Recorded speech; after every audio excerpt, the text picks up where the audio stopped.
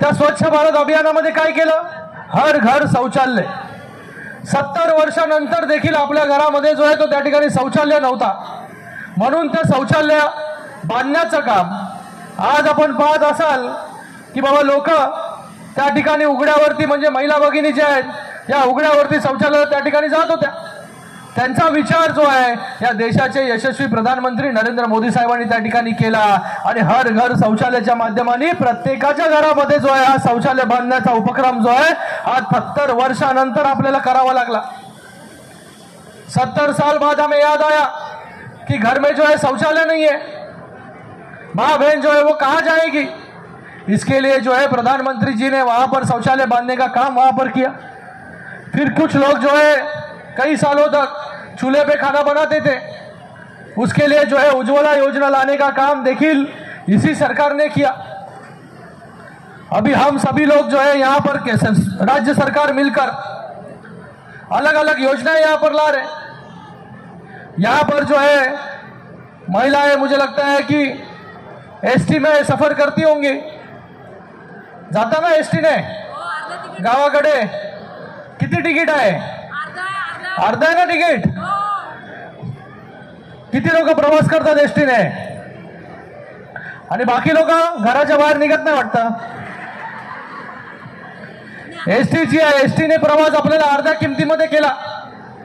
ज्येष्ठ नागरिकांना जे आहे 75 वर्षावरील ज्येष्ठ नागरिकांना पूर्णपणे मोफत प्रवास जो आहे हा त्या ठिकाणी एसटीचा त्या ठिकाणी केला. आजपर्यंत आपल्या उल्हासनगरमध्ये बस सर्व्हिस नव्हती. परवाच आम्ही जे आहे या बस सेवेचं उद्घाटन जे आहे या उल्हासनगरमध्ये केला.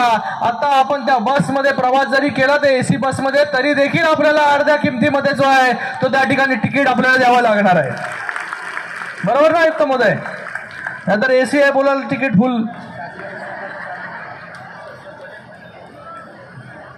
त्या ठिकाणी आता 5 बसेस सुरू झालेत. भविष्यामध्ये किती 120 बसेस आपल्या फक्त उल्हासनगरमध्ये जे आहे त्या ठिकाणी चालणार आहेत. म्हणजे आपल्याला जे आहे बाकी ट्रान्सपोर्टची व्यवस्था त्या ठिकाणी घ्यावी लागणार नाही आपल्याला. आणि सगळ्या बसेस एसी आहेत का नॉन एसी आहेत?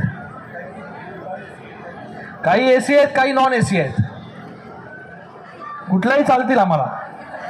पहिली बस सर्व्हिस जी आहे ती आमची सुरू करा.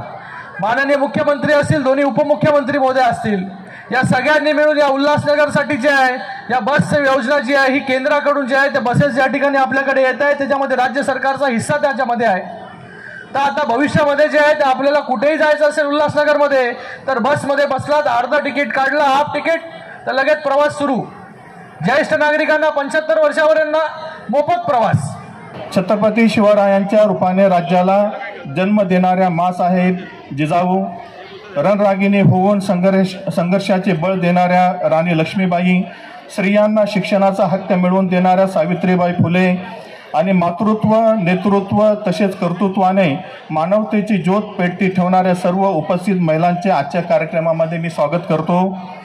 उल्हासनगर शहरातील महिला भगिनींना स्वयंरोजगार प्राप्त व्हावा व आर्थिक स्वावलंबनाद्वारे त्यांची प्रगती व्हावी व जेंडर इक्वॅलिटी साध्य व्हावी याकरिता मान्य खासदार डॉक्टर श्रीकांत शिंदे साहेब हे नेहमी प्रयत्नशील व जागरूक असतात. त्याचाच भाग म्हणून या योजनेअंतर्गत त्यांच्या प्रयत्नाने महिला भगिनीकरिता 5.48 कोटीची तरतूद करून घरघंटी व शिवणयंत्र सामुग्रीचा थेट लाभ हस्तांतरण म्हणजे डीबीटी धोरणानुसार करण्यात येत आहे. सदर मशीन खरेदीसाठी कर्ज घेण्याची गरज नसून लाभार्थ्यांना 100% अनुदान प्राप्त होणार आहे.